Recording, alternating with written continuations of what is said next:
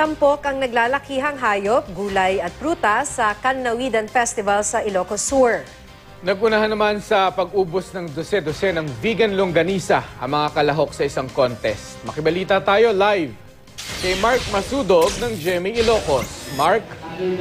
Mark, mag-iisa sa mga inaabangang aktibidad sa pagdiriwang ng Cannawidan Festival ay ang Eating Longganisa Contest. Tampok din sa isang trade fair ang mga naglalakihang hayop at mga agri-products. Nagpabilisan sa pagkain ng longganisa ang 33 kalahok sa Eating Longganisa Contest na bahagi ng Cannawidan Festival ng Ilocos Sur.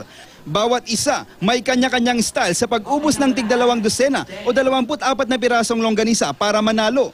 Ayon sa organizer, ito ang unang beses nilang gawin ang aktibidad para i-promote ang kanilang pangunahing produkto, ang longganisa. Layon din daw nilang makapasok sa Guinness World Records para sa pinakamaraming sabay-sabay na kumain ng longganisa at ang pinakamalaking longganisa sa buong mundo.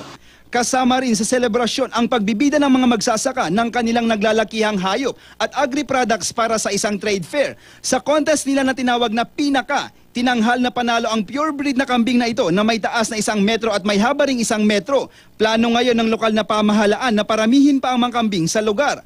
Agaw pansin din ang dambuhalang ube na ito. 20 kilo naman ang timbang ng pakwan na ito. Ang bunga naman ng malunggay na ito may habang 1 metro at may kamatis pang mas malaki pa sa kamao ng tao.